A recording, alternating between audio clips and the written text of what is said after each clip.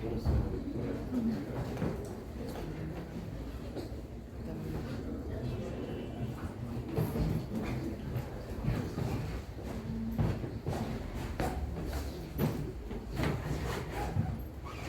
la audición se refiere a la percepción de los sonidos, que son los sonidos, son ondas en el éter, en el espacio del aire, que conllevan a nuestros oídos, provocan una respuesta, una percepción, primero, que nosotros interpretamos como sonidos.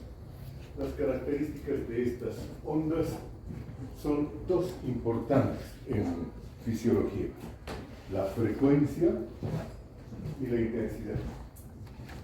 La frecuencia se refiere al número de veces que estas ondas se repiten en un segundo, y a eso se llaman ciclos. Se miden en hercios, que son el número de veces que una onda se repite en un segundo. Si podemos tener una onda de un hercio, como la imagen que estamos viendo, 2, 3, 10 hercios, 10 veces en un segundo, y así sucesivamente. Nuestros oídos están hechos para detectar variaciones en esa frecuencia.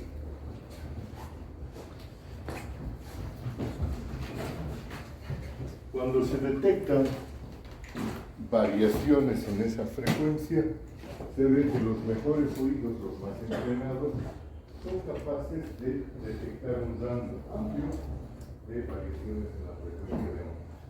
Y ese rango amplio va desde las 20, o sea, 20 hercios, hasta los 20.000 hercios. 20 a 20.000 hercios. Eso es lo que podemos detectar. En realidad pueden detectar los oídos más entrenados, porque están entrenados para percibir pequeñas variaciones. El común de los mortales, para decir todos nosotros, no llegamos a esos 20.000 hercios. Si llegamos a 15 ya está muy bien. Tendríamos que estar entrenados en escuchar música, identificar los diferentes instrumentos de orquestas para poder decir que percibimos hasta 20.000. Sin embargo, el rango de comunicación, vale decir, el rango de variaciones de frecuencia en las que se da el lenguaje, va desde los 150, 200, hay puestos 400 hercios, hasta los 3000. Esas son las variaciones de frecuencia que se necesitan para que nosotros podamos percibir los sonidos del lenguaje. ¿Para qué está hecho el oído en los humanos? Básicamente para percibir esas oscilaciones emitidas por otros seres humanos, que se llama lenguaje, que les sirve para la comunicación. Para eso es el aparato auditivo en el humano y sobre todo en el humano moderno. En los humanos antiguos y en los animales no es esa la función del aparato auditivo, no detectan sonidos de lenguaje, detectan sonidos, pero sobre todo relacionados con su supervivencia. Los animales cazadores, los que se especializan en cazar a conejos y otras cosas, utilizan su oído para detectar a su presa. El sonido del conejo cuando está correteando en el campo, comiendo su zanahoria, o lo que venga a mano, excepto algo que sea más grande que él. Y en este caso también le sirve el oído como presa. ¿Para qué le sirve el oído como presa? Para sobrevivir de su depredador. Entonces, los animales están especializados para percibir sonidos que les permitan sobrevivir, ya sea para correr y huir, por ejemplo, el tigre, cuando el tigre es una comienza con un tigre. A ver, ¿qué puede ser? ¿Un qué? Un gato, genial, fantástico. Un gato que esté ahí, un gato de monte, que esté caminando medio desprevenido, buscando qué cosa va a comer hoy día, no hay nada para el desayuno, y de golpe escucha el sonido de un jeep caminando por ahí cerca. Él ya sabe por experiencia que ahí adentro hay hombres, y los hombres tienen armas, y y por lo tanto el peligro. ¿Qué va a hacer? Va a salir escapando lo más rápido que pueda, le está sirviendo para sobrevivir. Y después de haber escapado encuentra el sonido de una presa pequeñita y se va encima de ella porque le va a servir de alimento. Entonces sirve para sobrevivir. Para nosotros no hay esa función porque en nuestro mundo moderno no tenemos ese tipo de riesgos, excepto el jefe de la empresa o de la fábrica donde trabajemos. Y también a ese nivel nos sirve lo mismo. La otra característica del sonido de interés en medicina es la intensidad del sonido. Obviamente pequeños sonidos, sonidos intermedios, fuertes sonidos, sobre todo por su capacidad de lesionar el oído. Entonces nosotros percibimos un amplio rango de intensidades del sonido. La intensidad se refiere al tamaño de estos ciclos, de estas ondas. Mientras más grande la onda, mayor su intensidad de percepción. Y aquí tenemos, si quiere trabajar claro, una serie de ejemplos de diferentes intensidades de sonido. Fíjense ustedes que los límites de percepción segura de los sonidos son 120 decibelios. Los decibelios son una escala sin otras unidades comparativa, de hecho, de la intensidad del sonido.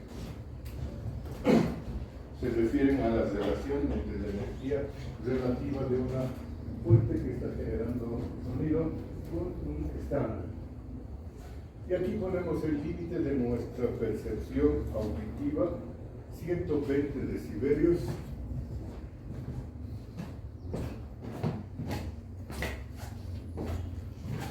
Este nivel, 120 decibelios, es el límite de seguridad para nuestro aparato auditivo. Más allá de esa intensidad se empieza a producir daño rápido, instantáneo, si ustedes quieren, en los oídos que perciben un ruido de 130, 140 o más. Así que no conviene escuchar ruidos demasiado intensos cuando ustedes se van a una discoteca y se paran al lado de los parlantes. Tal vez no lleguen a los 120 decibelios, tal vez estén en los 100 decibelios, 110 decibelios, pero sepan ustedes que eso les está causando daño a sus oídos, que si esta es una exposición repetida, va a disminuir su agudeza auditiva. ¿Ok? Es importante eso. Por debajo de esos 100 decibelios, aquí ponemos ejemplos. Un ronquido me parece fantástico, que lo pongan como ejemplo, de máquinas. Y hay un rango que es el rango de la intensidad de la comunicación. Los sonidos, desde cuando los percibimos como lenguaje. Fíjense que desde los 30 40 decibelios hasta los 50 o 60 decibelios. Esa es la intensidad de los sonidos que nosotros podemos percibir cómodamente en nuestro proceso de comunicación. Sonidos más bajos, de menor intensidad, los percibimos a condición de que haya silencio en el ambiente. Si hay silencio en el ambiente, podemos percibir sonidos de menor intensidad, pero si hay un ruido de fondo, de bulla, como en el que hay habitualmente cuando ustedes están sin un profesor, entonces percibirá, al final se entera de lo que están hablando. Tienen privacidad absoluta. Bien.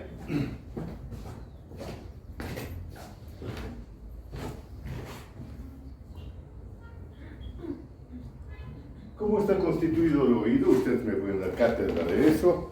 Ustedes fíjense que el oído tiene una parte periférica, que es el aparato auditivo, y una parte central, que son las vías auditivas y los centros auditivos.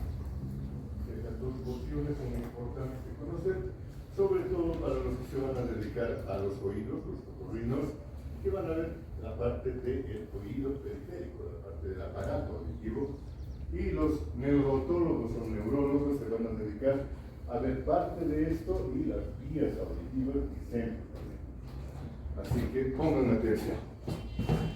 El aparato auditivo dividido arbitrariamente en tres porciones: un oído externo desde el pabellón hasta el tímpano, un oído medio muy pequeñito que es una cajita que va desde el tímpano hasta las ventanas oval y redonda para no perder mucho tiempo, y el oído interno, lo que llamamos el canal o la cóclea. ¿Okay? Estas tres porciones constituidas por cada uno de diferentes elementos. Veamos, en el oído externo encontramos un pabellón auditivo que lo que hace es redirigir las ondas, hacer que reboten en el pabellón y dirigirlas hacia el conducto auditivo, el conducto que transmite esas ondas hacia la membrana timpánica. ¿Qué hace la membrana timpánica? Vibra, es una membrana tensa como un tambor, y cuando llegan las ondas sonoras vibran, y cuando vibran ponen en marcha a los elementos del oído medio. ¿Hay algo más de eso?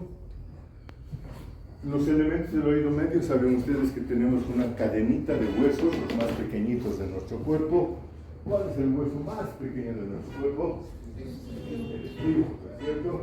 El siguiente es el yunque y el otro es el martillo. Y ahí están los tres conectados unos con otros para vibrar. Además de eso, están conectados por unos ligamentos que los mantienen en su lugar. No sé si tendremos alguna imagen al respecto.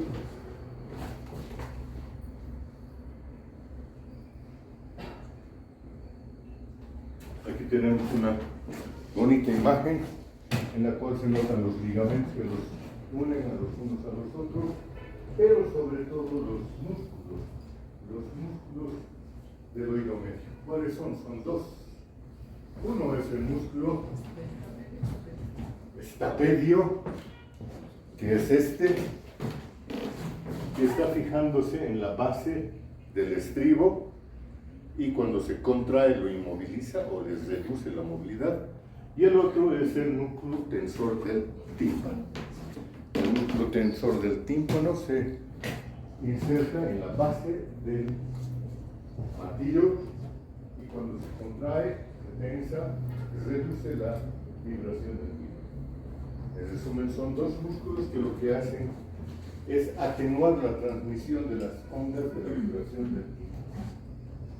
Nos sirve para protegernos de los sonidos muy intensos. La función de ambos es la misma: proteger al oído interno de estímulos muy poderosos. Además de eso, en el oído medio vamos a encontrar un conducto o canal, antes que te duermas, que se llama el conducto o canal que hay en el oído medio. Una clase de neurofisiología, audición. Trompa de Eustaquio, eso. La trompa de Eustaquio que conecta el oído medio con la boca. Con la boca. Entonces, ¿cómo te llamas? ¿A dónde termina? La faringe, bravo. Termina en la faringe. ¿Para qué sirve la trompa de Eustaquio? ¿Qué hace? ¿Por qué está ahí?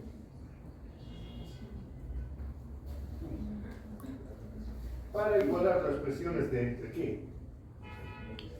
En el medio externo y el oído medio, por supuesto.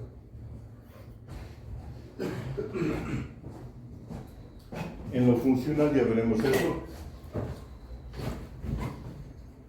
Volviendo al oído medio, vean ustedes, aquí tenemos la lámina timpánica, que es relativamente grande en relación a la ventana oval. La membrana timpánica es varias veces más grande que la ventana oval, y por lo tanto lo que hace es cambiar la impedancia de la transmisión de las ondas del sonido. Si es una gran lámina que está vibrando y va a actuar sobre una pequeña superficie, sobre una pequeña lámina como será la ventana oval, ¿cuál de las vibraciones va a tener más fuerza? Va a tener menor impedancia. obviamente, más grande, más fuerza, más pequeña, entonces transmite esa fuerza. Cambia la inercia, ¿por qué? Porque estamos cambiando de un medio aéreo, cual está en el conducto auditivo y en el medio a un medio líquido que es la perilinfa, que obviamente por ser acuoso tiene mayor resistencia. Necesitamos aumentar la fuerza con la que se mueva esa ventana oval.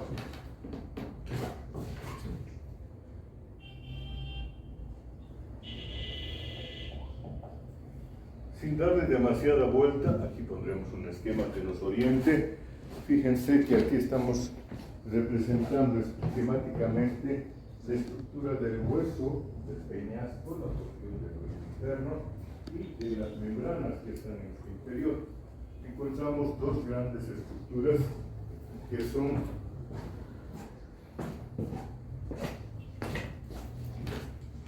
el caracol o la cóclea, que es lo que nos interesa para la audición, y otro sentido, que son los conductos semicirculares, el utrículo y el sáculo, que nos sirven para la orientación y el desplazamiento de la cabeza. Dos sentidos metidos dentro de un mismo órgano, dentro del peñasco del hueso temporal. Van a funcionar independientemente, pero obviamente cuando hay lesiones se van a lesionar simultáneamente muy a menudo. Así que eso es importante, no solamente hay trastornos de la audición, sino que a menudo esos trastornos se acompañan de trastornos del equilibrio. ¿Ok? Bueno, eso es lo práctico. Volvamos a lo que nos interesa. Nos vamos a abocar entonces al caracol. Aquí tenemos el caracol, fíjense ustedes, es un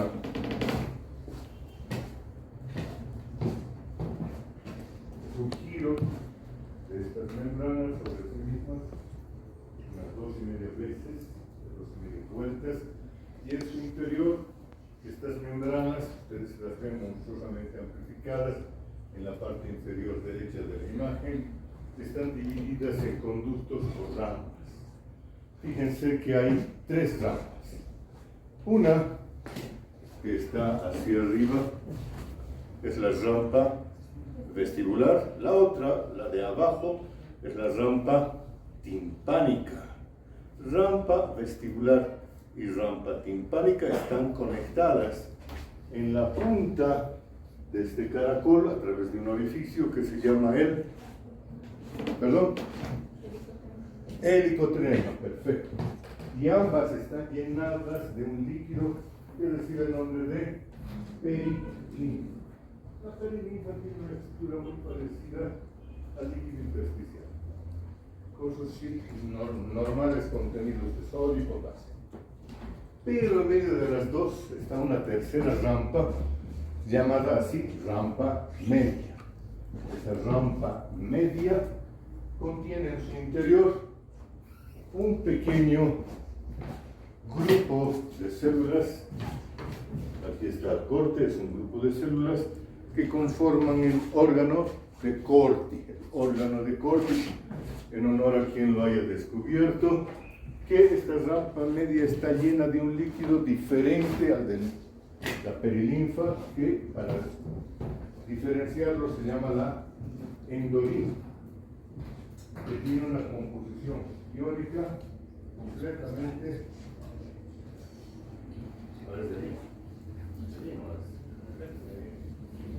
La endolinfa tiene una composición iónica completamente diferente a la de la perilinfa, y esto tiene importancia funcional.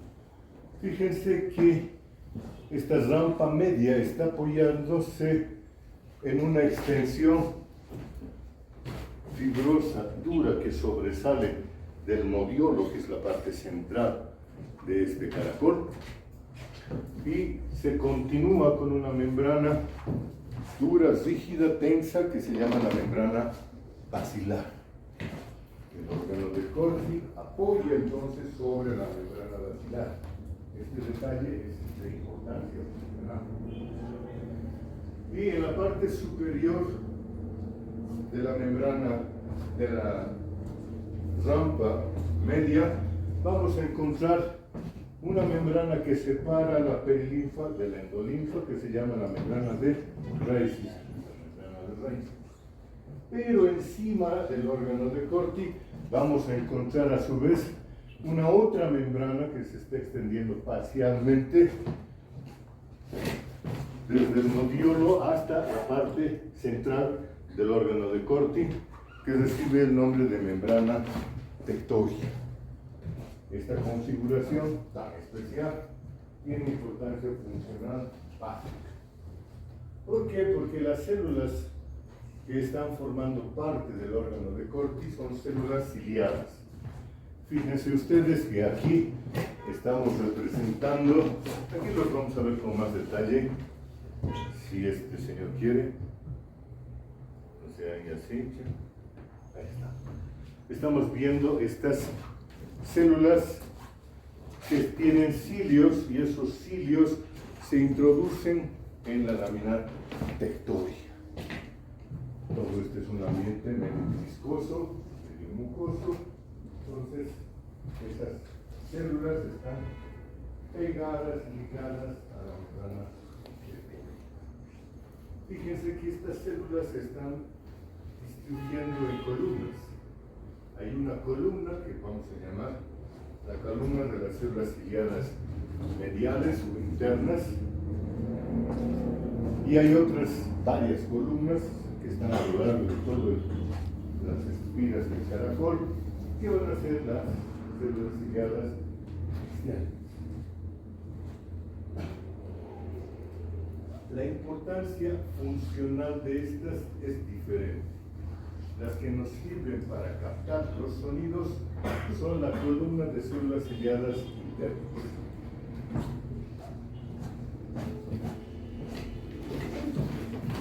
Estas. Y entonces, ¿para qué están las otras si nos sirven para captar sonidos? Para modular la sensibilidad de las células ciliadas internas. También perciben variaciones, pero sus conexiones en general son de ida y vuelta, y van a modular la sensibilidad de estas células ciliadas internas cuando las vibraciones se estén produciendo en diferentes regiones del órgano de Corti. ¿Ok?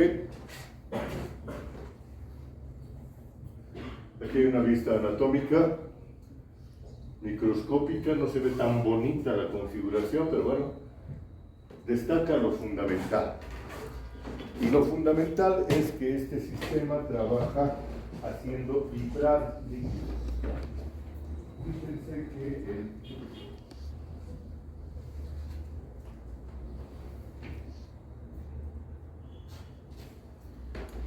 estribo apoya y hace vibrar una lámina que es la ventana oval, que por el otro lado, por el lado del oído interno, está llena de líquido, y ese líquido es perilinfático, vale decir, la ventana oval se abre sobre una de las rampas, la rampa vestibular. Y cada vez que se pone a vibrar la ventana oval, aquí la tenemos representada, se pone a mover el líquido perilinfático.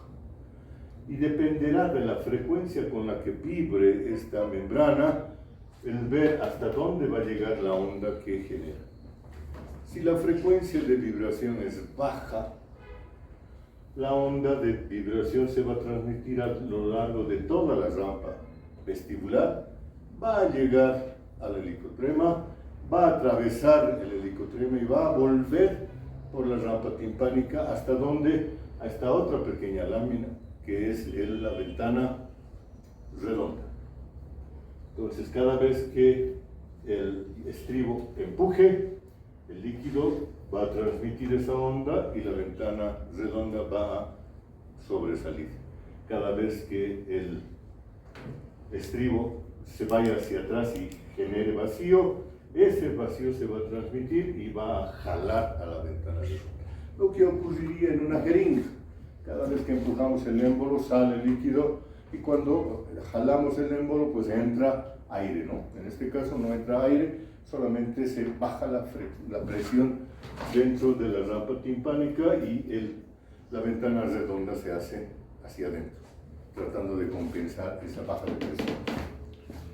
Pero cuando la frecuencia de vibración de la ventana oval va aumentando, las variaciones en la presión del líquido perilinfático empiezan a cortocircuitar todo este sistema. Si aumenta un poquito, ya no llegan hasta el helicotrema, empiezan a pasarse un poquito por adelante, atravesando la endolinfa. Finalmente, líquido, líquido, líquido, puede vibrar los tres líquidos, da lo mismo. Y atravesando la rampa media, hacen lo mismo sobre la ventana redonda. Si la frecuencia de vibración del estribo aumenta más aún, ya no tiene tiempo de llegar siquiera a la parte distal, se van por la parte media, atraviesan la parte media y salen sobre la ventana redonda.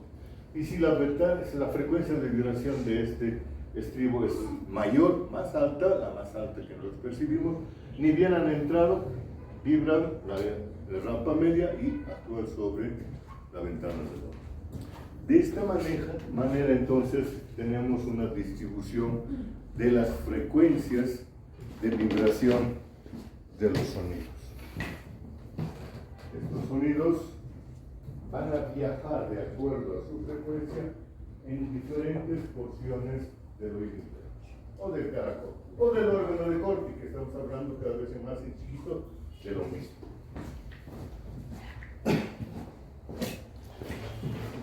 Para cuantificar o mejor identificar este espectro de variaciones de la presión, estamos extendiendo arbitrariamente todo lo que es el caracol, estamos poniendo un tubo recto, representamos las dos rampas, la vestibular y la timpánica, y en medio de la rampa media, y fíjense que estamos superponiendo la frecuencia de las ondas según su vibración. Entonces, las ondas de baja frecuencia, ¿por dónde pasarán? ¿Por la base, por la porción media o el vértice del caracol?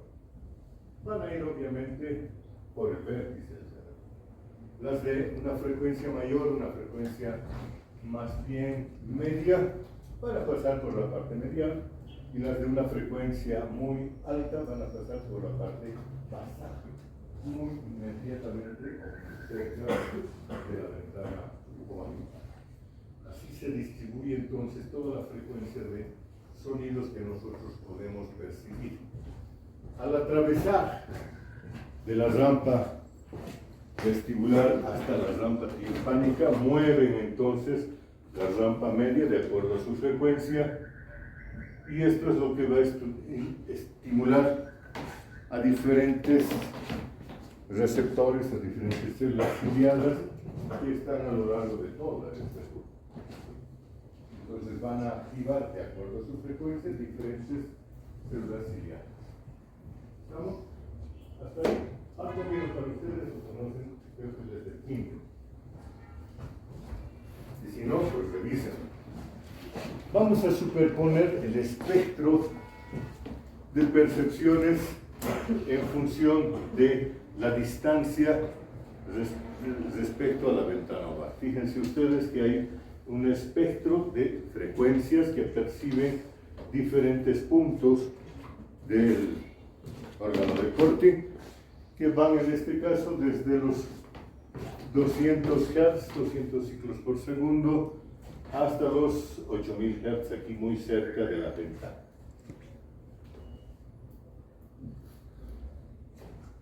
Volviendo a esto, enrollado y en un órgano de Corti más entrenado, van a ver ustedes que ese espectro se amplía un poco y percibimos desde los 20 Hz en la punta hasta los 20 kHz en la base.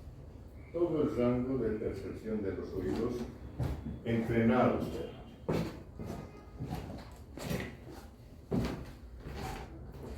¿Cuál es la diferencia entre esto y esto? ¿Por qué en este se percibe un rango más restringido de sonidos y en este un rango más ampliado de frecuencias de sonido?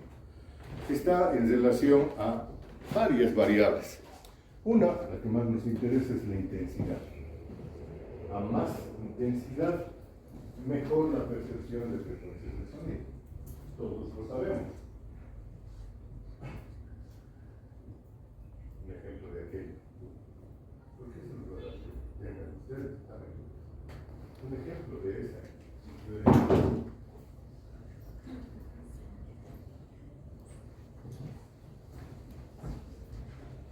Nada, ninguno. Fíjense que cuando estamos aprendiendo un idioma, por ejemplo, inglés, francés, ruso, chino, mandarín, lo que ustedes quieran, escuchamos los sonidos del lenguaje que estamos queriendo aprender y automáticamente le aumentamos el volumen al emisor. O le decimos, a ver, habla más fuerte, y aquí se habla. ¿Por qué? Porque cuando aumenta la intensidad del sonido, captamos más de los sonidos que están emitiendo y diferenciamos mejor los sonidos del otro lenguaje. Si por el contrario está hablando en su boca, quizás sin emitir sonidos, no captamos las diferencias y no entendemos nada. Para aprender un nuevo idioma, para comprender los sonidos, necesitamos una intensidad mayor. ¿Okay? Y conforme vamos aprendiéndolo, cada vez necesitamos una intensidad menor que se acerca a nuestro lenguaje materno. Al final, cuando ellos empiezan a hablar inglés, da lo mismo si nos están hablando a gritos o en susurros, porque ya lo entendemos. Ahí está el ejemplo de por qué varía el rango de percepción en función de la intensidad de los sonidos. Hay obviamente otras razones por las que cambia el entrenamiento que tengamos para el uso de nuestro oído. Los que están durante años trabajando con su oído, los músicos, tienen una percepción mucho más amplia que los comunes mortales, los que no trabajamos con su oído.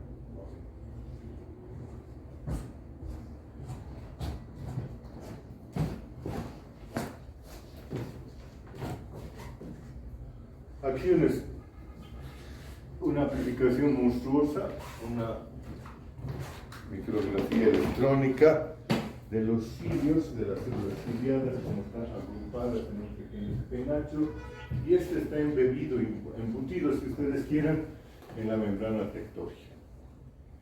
Cuando se produce el paso de una vibración sonora a través de la rampa vestibular, la rampa media, hasta la rampa timpánica, eso desplaza el órgano del corte, el cual se pone a vibrar sobre su membrana basal. Y al vibrar desplaza relativamente la lámina tectoria sobre los cilios. Este es el mecanismo de activación de los cilios. Fíjense ustedes, si esta porción se pone a vibrar y la membrana tectoria permanece fija, los cilios son los que van a activarse yéndose a uno o a otro lado.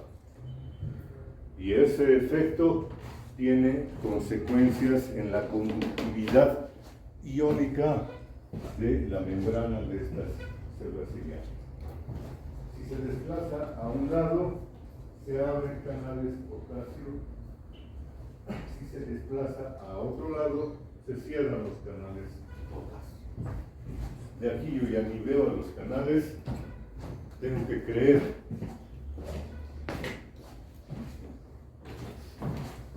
No veo gran cosa.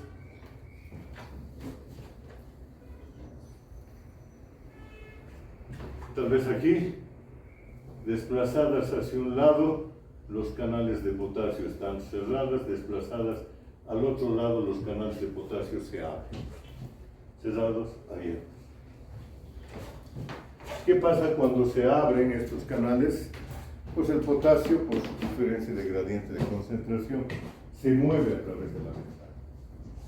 ¿Cuál es el sentido? Aquí está la simpática.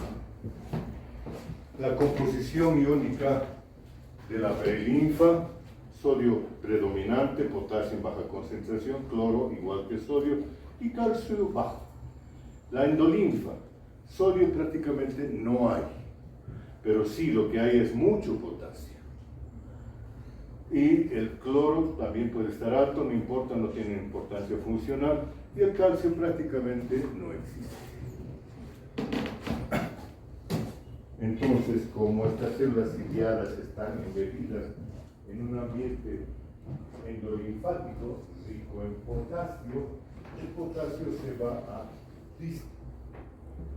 va a atravesar desde la porción periférica, desde el espacio endolinfático, hacia la porción intracelular de las células ciliadas. Y eso va a cambiar el valor de su potencial.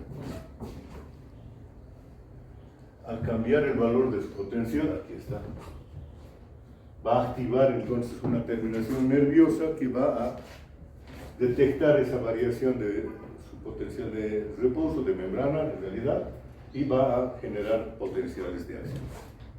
Un procedimiento simple y básico.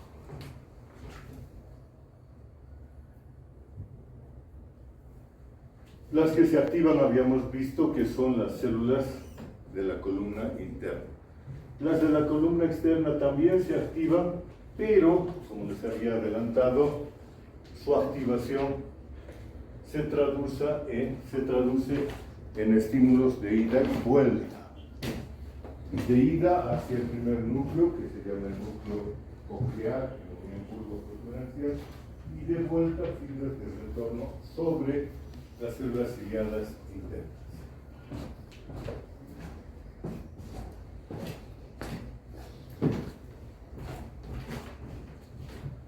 Casi se nos ha ido el tiempo.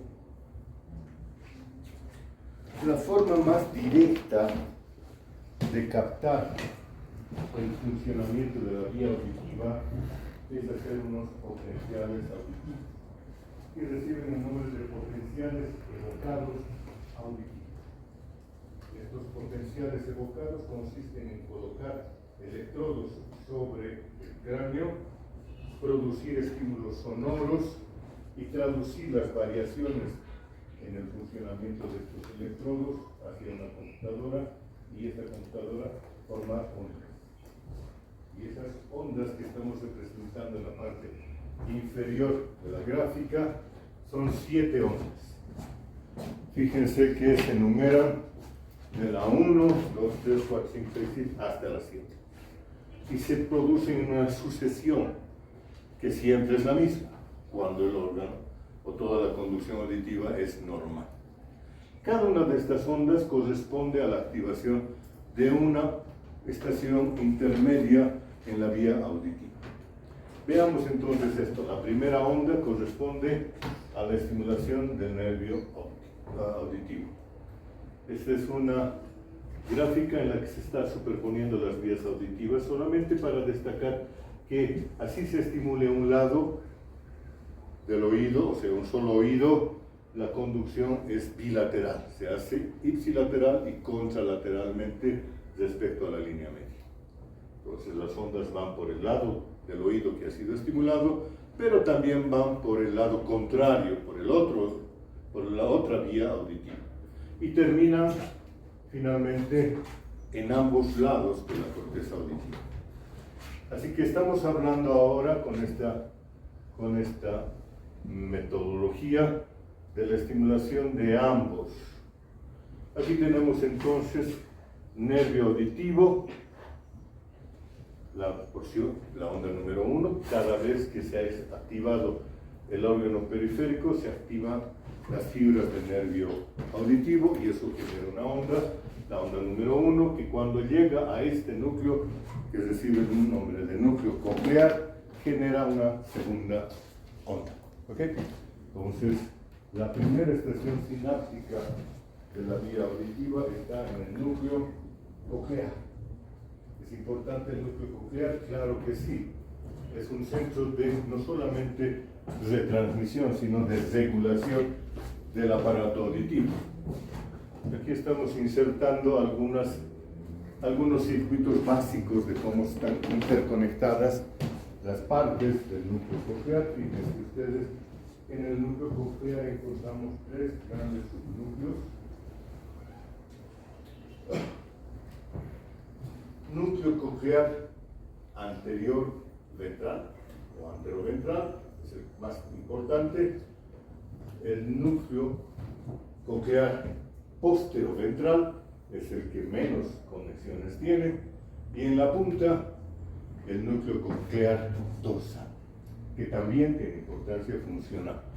Las neuronas, tanto del núcleo coclear anteroventral, están conectadas con las del núcleo dorsal y son son células, algunas estimuladoras que retransmiten la señal y otras inhibidoras que a través de retornos inhiben la transmisión de la señal sonora. ¿Esto qué significa? Que a nivel del núcleo coclear ya se puede bloquear o facilitar la conducción de los sonidos. Cuando estamos en un ambiente muy ruidoso, ¿qué hacemos? Bloqueamos la transmisión de los sonidos. El núcleo coclear se encarga de eso parcialmente. Pero también genera fibras de retorno que vienen por el mismo nervio auditivo y van al propio órgano de Corti. De acá, estas fibras que han hecho sinapsis nacen y atraviesan el tronco cerebral. Fíjense que lo hacen por varias vías. Cada una de estas vías está claramente identificada. La más importante es la porción central de fibras que constituyen un cuerpo y se llama el cuerpo trapezoide. Este cuerpo trapezoide va a llegar directamente a los núcleos olivares superiores. Núcleos olivares superiores donde se hace sinapsis. Además de esta vía central, que es el cuerpo trapezoide, hay estrías laterales. La estría acústica dorsal y la estría acústica intermedia. Esta sería el cuerpo trapezoide, la estría acústica anterior, ¿no? Ventral. Entonces, tres vías que están conduciendo los estímulos del sonido a través del tronco cerebral. Y la primera, la más importante del cuerpo trapezoide, termina en los núcleos olivares superiores. Y eso, cuando llegan los estímulos a estos núcleos, generan la tercera onda del potencial evocado auditivo.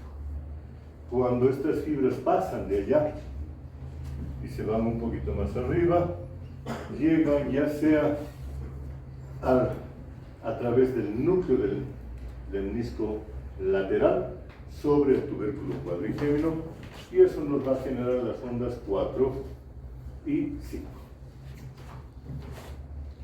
No olviden que los tubérculos cuadrigéminos también se llaman folículos.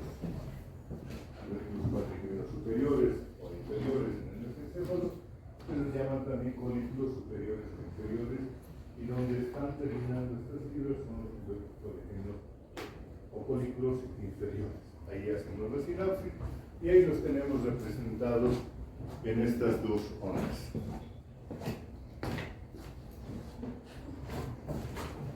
La proyección de esta más hacia arriba ya va hacia el diencéfalo, al núcleo o cuerpo geniculado medial. Ustedes recuerdan, ayer nada más hablábamos del núcleo o cuerpo geniculado lateral, que es vía visual, y su hermanito gemelo, parte del tálamo también, pero está relacionado con la transmisión auditiva. Allá se establece una nueva onda, la onda número 6. Y de allá el relevo va a llegar hacia la corteza del lóbulo temporal.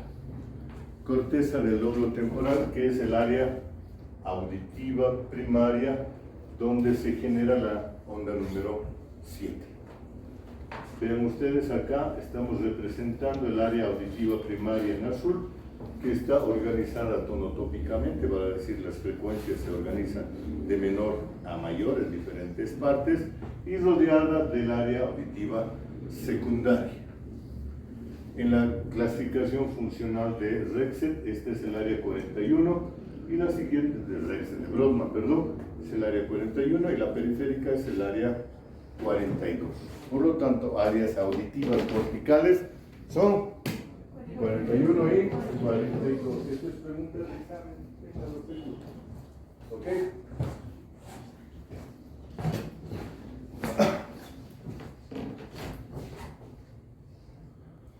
Algo de las funciones. ¿Por qué tantos núcleos intermedios? ¿Por qué no es simple y sencillo una sola vía, como por ejemplo la vía? porque estos núcleos intermedios tienen funciones particulares. Fíjense ustedes que en algunos se establece la diferencia entre el funcionamiento del oído derecho con el del labio izquierdo en función del tiempo. ¿Cuál oído se activa primero si hay un estímulo en el lado derecho de nuestro cuerpo? Nuestro oído derecho, porque está más cerca. La onda tiene que viajar todavía hasta nuestro oído interno, hasta nuestro oído izquierdo, para generar un potencial. Entonces, primero se generan potenciales en el lado derecho y después, milisegundos más tarde, potenciales en el lado izquierdo. Esa diferencia se compara en algunos de estos núcleos del tronco cerebral para establecer de dónde viene el sonido. Entonces, nos sirven para hacer una localización espacial. Vamos a ver que el sonido viene del lado derecho. Si viene de la parte anterior medial, los dos al mismo tiempo, entonces no hay diferencia entre esos potenciales y nosotros decimos, está viniendo de la parte de adelante o de la parte de atrás. Da lo mismo. Y así sucesivamente. También la diferencia de intensidad nos sirve para hacer eso. La intensidad de un estímulo respecto al oído más cercano es mayor que la respecto al oído más lejano. La diferencia de intensidad sirve también para hacer una localización. Entonces, esas diferencias en la intensidad y en el tiempo de transmisión de las ondas sonoras sirve para localizar los sonidos en el espacio. Y es un sistema bastante efectivo porque, ya lo verán ustedes en las prácticas, podemos localizar con los ojos cerrados el origen de los sonidos con bastante precisión alrededor de nuestro cuerpo. No entramos en detalles de la cosa.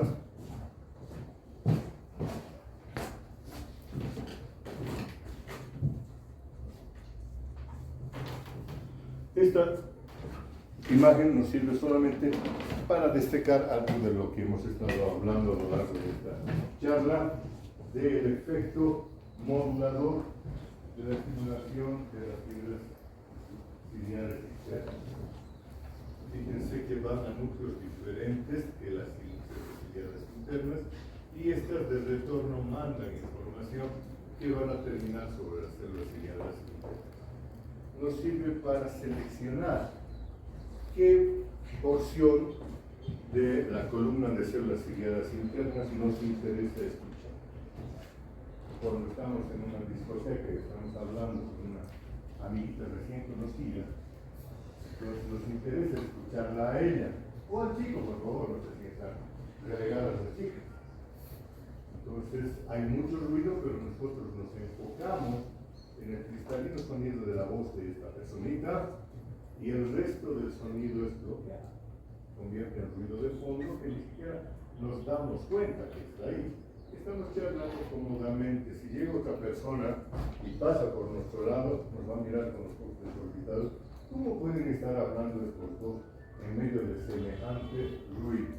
¿Por qué? Porque lo que han hecho es bloquear todo el sonido que no sea el de las frecuencias de esta voz que nos interesa. ¿Okay? Para eso sirve. ¿De acuerdo? Y ahora, escuchando el cristalino sonido de mi voz, saquen una hoja de papel, pongan su nombre y fecha y vamos a hacer un concierto.